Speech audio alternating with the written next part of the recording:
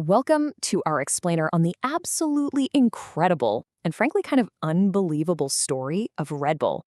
We're going to break down just how this brand, a company basically built on contradictions, somehow became a global empire. Okay, so let's just dive right into the core of it because this one question, it really gets to the heart of the whole Red Bull paradox. I mean, this is a company that systematically broke pretty much every single rule in the business playbook and somehow came out on top. You see, the story of Red Bull doesn't start with some brilliant, universally loved idea. Oh no. It starts with a bunch of unbelievable contradictions. It was actually banned in some places. People were spreading these wild rumors about what was in it. And the first people to taste it, they absolutely hated it. So, not exactly the typical recipe for success. Or is it? Right. It all goes back to 1982 with an Austrian toothpaste salesman named Dietrich Mitterschitz. Now, he was the international marketing director for a big cosmetics company, which really just meant he was on a plane all the time, constantly fighting a losing battle with jet lag. So, on one of these business trips in Bangkok, he notices the local workers, truck drivers, laborers, they're all drinking this super sweet tonic to stay awake during these incredibly long shifts. He's exhausted, figures, what the heck, and tries one.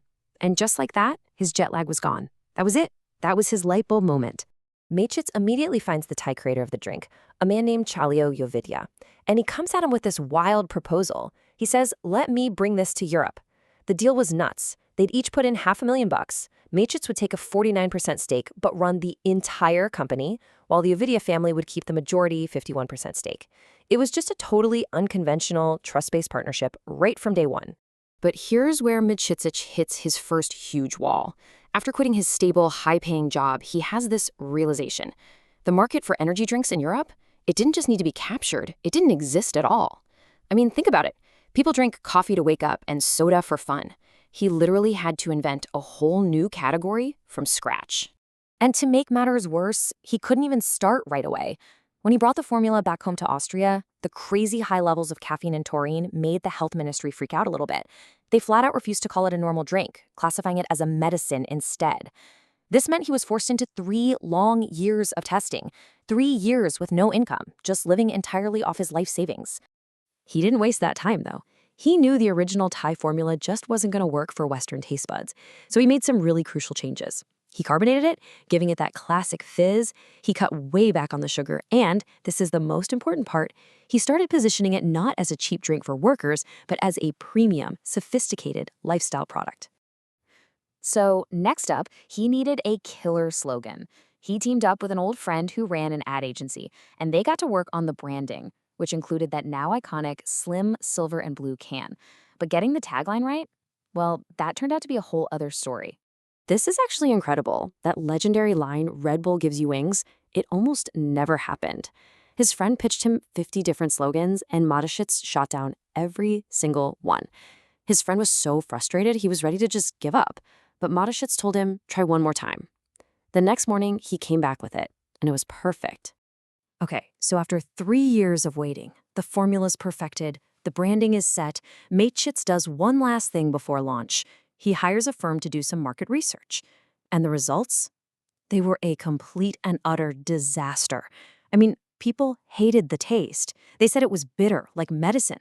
The report's final conclusion was that the product had absolutely zero future. Now, any normal person would have stopped right there. Game over. But Mateschitz wasn't normal. He looked at that horrible report and he saw his greatest strength. His logic was so simple and so brilliant. If people hate the taste, it means it's not just another generic soft drink. It means it's different, it's functional. And he bet everything he had on that uniqueness. So on April 1st, 1987, Red Bull finally launched. And that first year, a massive financial loss. With absolutely no money for big TV commercials or billboards, Mateschitz and his tiny team had to invent a completely new way to get the word out. And their strategy was pure genius. First, they created this artificial scarcity, only selling it in the trendiest, most exclusive clubs and bars. Then, they went after influencers by giving the most popular university students these cool branded cars and, get this, unlimited free Red Bull. Their only job? Drive around, go to parties, and hand it out.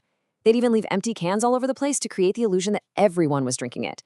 And finally, When these crazy rumors started, like that it was made with bull semen, they never, ever denied them. They just let the mystery and controversy do all the marketing for them. This whole embrace controversy thing went to a completely new level when countries like France and Denmark actually banned the drink because of health concerns. But instead of fighting it, Red Bull turned it into the ultimate PR stunt. The message basically became, this stuff is so potent, so powerful, that governments are literally scared of it.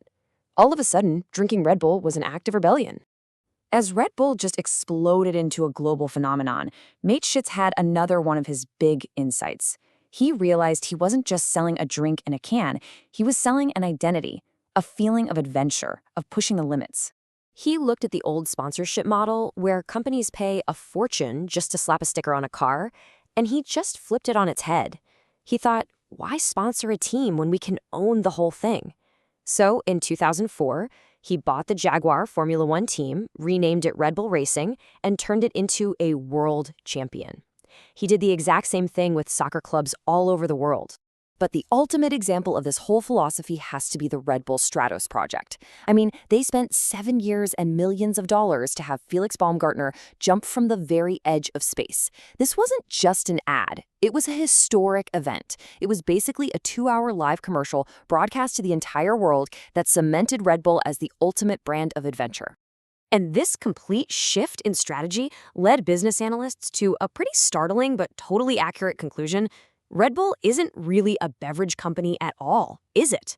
It's a media and sports marketing company that just happens to fund its operations by selling an energy drink. And underneath all of this incredible success was Mateschitz' totally bizarre and brilliant personal philosophy. It was reflected in every single thing the company did. Just look at this comparison. A typical company owns its factories, it relies on bank loans to grow, and it operates on these ironclad legal contracts. Red Bull, it is the exact opposite. It has 0 factories, 0 bank debt, and its most important partnership is based on nothing more than a handshake. And you have to hear this. The company that bottles every single can of Red Bull, a contract worth billions of dollars, does so based on a verbal agreement and a handshake from back in the 80s. It's insane. This entire global operation runs on trust, not on paper. Which really brings us all the way back to the fundamental question here.